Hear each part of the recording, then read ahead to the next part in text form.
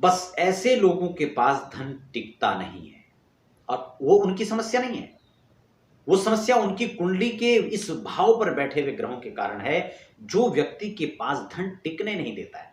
उसी पर हम लोग आज चर्चा करेंगे, विस्तार से आपको बताऊंगा, और कैसे आप धन अर्जित कर पाएंगे, कैसे रोक पाएंगे और कैसे इसका सदुपयोग कर पाएंगे। आज इसी खास एपिसोड में आपके साथ चर्चा करूंगा। मैं हूं आपके साथ देवभूमि ऋषिकेश उत्तराखंड से आचार्य आशीष, और आप भी कमेंट बॉक्स में अपने परिचय के तौर पर अपना नाम या अपने शहर का नाम लिखकर हमारे कार्यक्रम का खास हिस्सा बन सकते हैं। तो आज हम इसी के लिए सबसे पहले हम 12th हाउस पर ही विचार करेंगे। खर्च का भाव द्वादश भाव आप सब जानते हैं, लेकिन उसमें आमदनी का भाव जिसमें हम सेकंड हाउस का विचार करते हैं या 11th हाउस का विचार करते हैं। दर्शकों, आपने चैनल को सब्सक्राइब नहीं किया तो आप चैनल को सब्सक्राइब भी कर सकते हैं, और आगे भी आप आने वाले जो वीडियोस हैं वह भी आपको लगातार इसी माध्यम से मिलती रहेंगी। तो आने का जो भाव है, आगम का जो क्षेत्र है, कहां से पैसा आएगा, कहां से धन आएगा, कैसे अर्जन होगा। पैतृक प्रॉपर्टी अलग विषय है, विरासत में मिली हुई चीज अलग है, लेकिन हम खुद अर्जित कैसे कर पाएंगे, उसके लिए एकादश का भाव, इनकम का भाव जिसे हम कहते हैं, ज्योतिष के विशुद्ध भाषा में कहूं तो आय और व्यय का भाव, यानी एकादश और द्वादश, यानी 11th हाउस और 12th हाउस। आप समझ रहे होंगे, मैं आपको विस्तार से समझाने का प्रयास भी करूंगा और आप इसको समझेंगे भी। लेकिन ज्योतिष में अभी थोड़ी भी रुचि है ना, तो अध्यात्म ज्योतिष पर आपको बहुत सारी ऐसी वीडियोस मिलेंगी कि आप उसको देख करके अपने जीवन में ज्योतिष की और जिज्ञासा आपकी बढ़ सकती है और आप कुछ सीख सकते हैं। देखो, हम धन भाव का जब विचार करते हैं तो लग्न के बाद दूसरा जो घर आता है, यानी सेकंड हाउस जो होता है, हम उसको धन भाव कहते हैं। थोड़ा सा यहां पर समझने की बात है, क्या कहते हैं, धन भाव। और जो 11वां घर है 11th हाउस को हम कहते हैं आय का भाव। ये धन का भाव जरूर है, लेकिन ये कुटुंब का भाव है, ये परिवार का भाव है। इस भाव के अंदर कौन कौन से ग्रह होंगे उसको लेकर भी चर्चा करेंगे, उसका शुभाशुभ फल भी बताएंगे आप। लेकिन 11th हाउस और खासकर जो बात हम आज करने वाले हैं, खर्च की, कमाई तो हो रही है, लेकिन खर्च, वैसे एक बात बताऊं, खर्च कब होगा, जब आमदनी होगी तभी तो खर्च होगा। लेकिन जीवन में आपने कितना कमाया है ये महत्वपूर्ण नहीं है। बहुत पैसा कमाया है, बहुत लोगों ने कमाया है, लेकिन उसको गंवाया है या फिर उसको संवारा है, विषय ये महत्वपूर्ण है। आपके पास आपकी आमदनी कितनी है इससे कोई फर्क नहीं पड़ता है। कई बार हम 1 रुपया कमा करके भी बहुत कुछ जोड़ लेते हैं अपने जीवन में, और कई बार हम सैकड़ों रुपयों से भी हम कुछ नहीं कर पाते हैं। ये समझने की बात है। तो इसमें आपका जो 12वां घर है ये काफी महत्वपूर्ण हो जाता है। अगर 12वें घर के अंदर, अगर 12वें घर के अंदर सूर्य बैठा हो, देखिए एक चीज और भी है, खर्च करने के अलग अलग तरीके होते हैं और कमाने के भी अलग अलग तरीके होते हैं।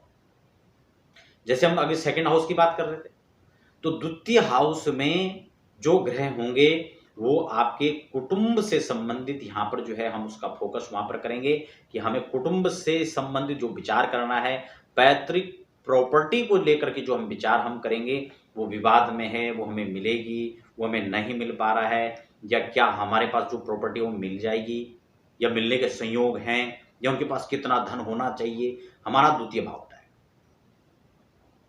ठीक है ना।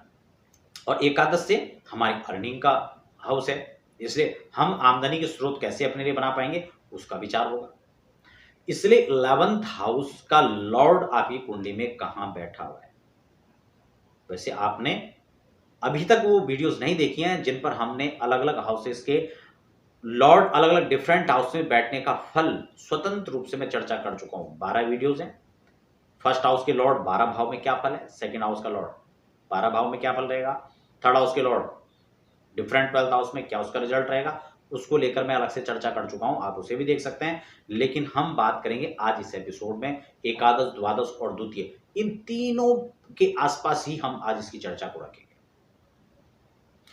तो अब हम द्वितीय हाउस को छोड़ देते हैं क्योंकि मैं इसकी बात आपको बता चुका हूं। ये प्रॉपर्टी, पैतृक, परिवार, कुटुंब, इस चीज को लेकर हम इस पर फोकस करेंगे, जबकि हम आज का फोकस सिर्फ व्यय पर करने वाले हैं। लेकिन उससे पहले आय को समझ लेते हैं। आय भाव का स्वामी आपके लिए किस घर के अंदर जाकर किस प्रकार की आमदनियों की लाभ की संभावनाएं बना रहा है।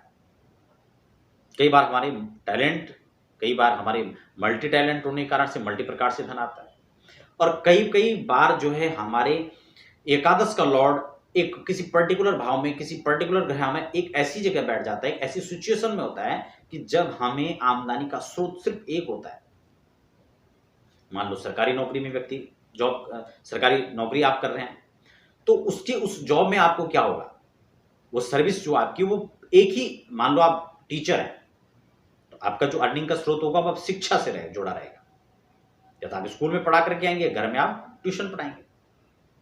तो आपका जो ये क्षेत्र है इसमें एक जो है सीमित हो गया है।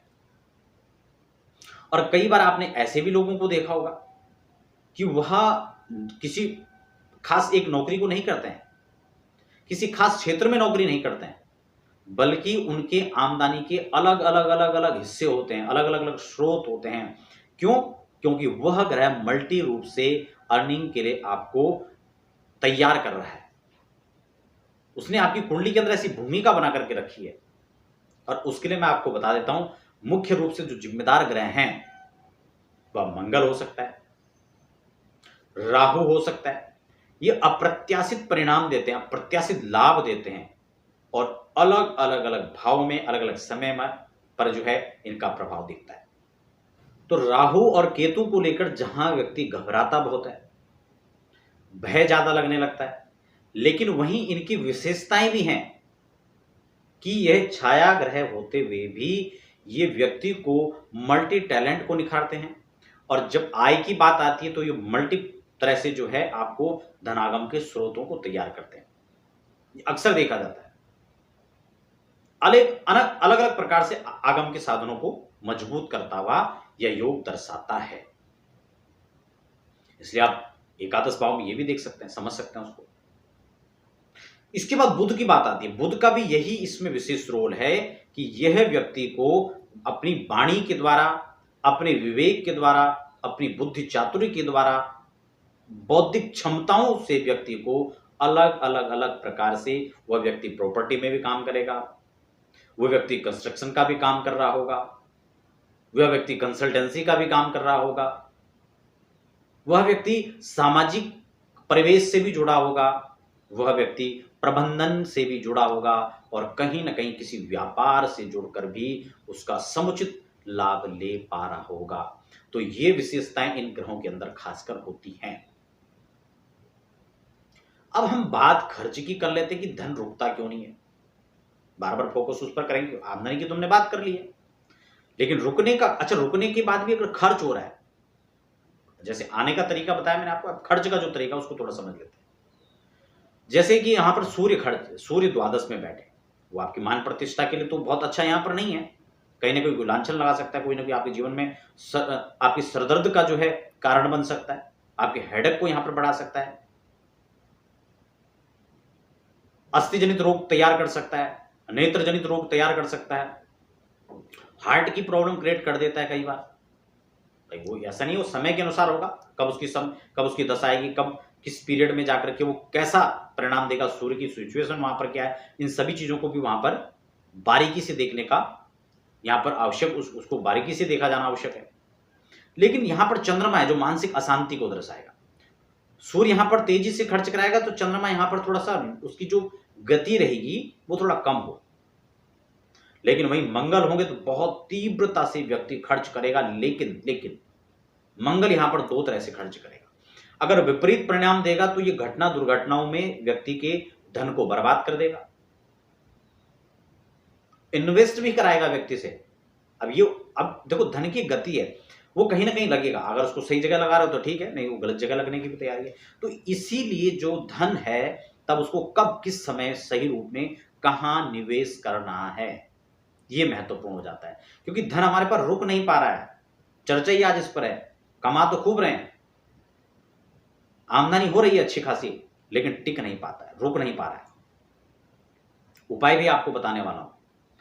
तो मंगल का ये रिजल्ट रहेगा। बुध यहां पर रहेगा तो व्यक्ति कभी भी जो है उसको खर्च करेगा। लेकिन एक चीज और भी है, बुध की दशा काल में या राहु केतु तो विषय बिल्कुल अलग हो जाएंगे, बुध का हम फिलहाल ले लेते हैं। बुध की स्तुति में यहां पर यह देखा गया कि ऐसे में व्यक्ति अपवाद में और ब्रह्म की स्तुति में रह करके उसका धन भी व्यय होता चला जाता है। वहीं बृहस्पति यहां बैठे हो और बहुत ज्यादा अच्छी स्थिति नहीं है, रोग में ये खर्च कर सकते हैं, लेकिन फिर भी देवगुरु बृहस्पति इस भाव में बैठकर कभी भी व्यक्ति का धन बर्बाद नहीं करते हैं।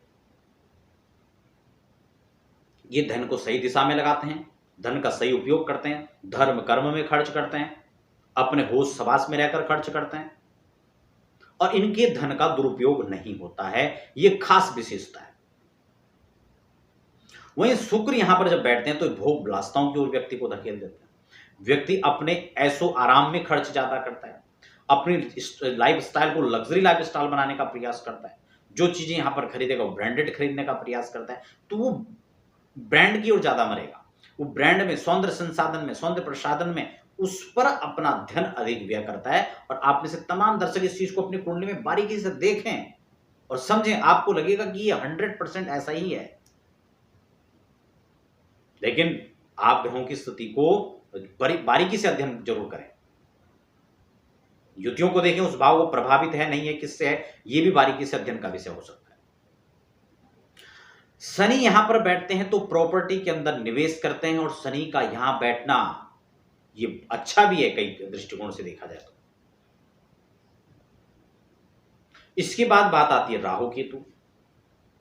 राहु और केतु, इस खासकर राहु जब बैठेंगे तो ये व्यक्ति के धन को कुछ गलत दिशाओं में लगाएंगे। ऐसे व्यक्ति का धन खान-पान की स्थिति, खान-पान, खाने पीने का मतलब आप समझ रहे हो, यहां अपने सामूहिक जो सामान्य खान-पान की बात है उस पर न लगा के व्यक्ति गलत दिशा में अपने चरित्र को भी ऐसे लोग नहीं संभाल पाते हैं और जो अन्यथा जो व्यक्ति का धन है वो गलत जगहों पर ज्यादा लगता है।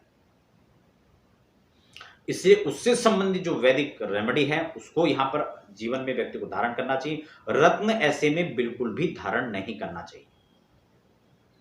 खासकर त्रिक भाव के रत्नों को ना पहना जाए तो ज्यादा बेस्ट है। और अगर जो है आप रत्न पहन रहे हैं, रत्न सलाह आप ले रहे हैं, तो बारीकी से इसका अध्ययन करें और उसके बाद रत्न धारण करें। कुछ रत्न ऐसे होते हैं उसे सामूहिक रूप से कोई भी पहन सकता है, सामान्य कोई दिक्कत नहीं, लेकिन कुछ रत्न ऐसे हैं जिनका साइड इफेक्ट भी होता है। तो अब केतु यहां पर व्यक्ति को जहां धार्मिक वृत्ति भी बनाता है और धर्म में खर्च भी कराता है, लेकिन ऐसे में व्यक्ति उलझुल स्थिति में रहता है और व्यक्ति को सही स्पष्टता के साथ, क्लैरिटी के साथ में वो खर्च नहीं करता है। कभी विश्वास में, कभी अंधविश्वास में, कभी जानबूझ करके, कभी अनजाने में, और वो उसका धन जो है कभी वेस्ट होता है, कभी इन्वेस्ट होता है। सिचुएशन बड़ी यहां पर जो है एक जैसी नहीं रहती, अलग अलग स्थितियां बनी रहती। अगर साथ में ग्रहों की युति और भी है तो उससे संबंधित, क्योंकि अगर फिर उसका फल देगा। ऐसे में बृहस्पति से संबंधित जो उपाय है वह केतु के साथ में करना चाहिए। तो दोनों का कॉम्बिनेशन यहां पर रहेगा तो वो आपको श्रेष्ठतम लाभ की ओर लेकर जाएगा।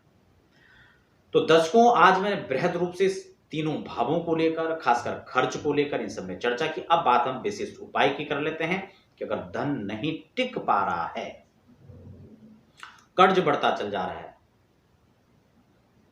कर्ज की स्थितियां बन रही हैं, कर्ज लौट नहीं रहा है, कर्ज खत्म नहीं हो रहा है, या फिर बीमारियों की बात करेंगे, वैसे सिस्टम भाव का स्वतंत्र चाहे उस पर हम ज्यादा नहीं बात करेंगे।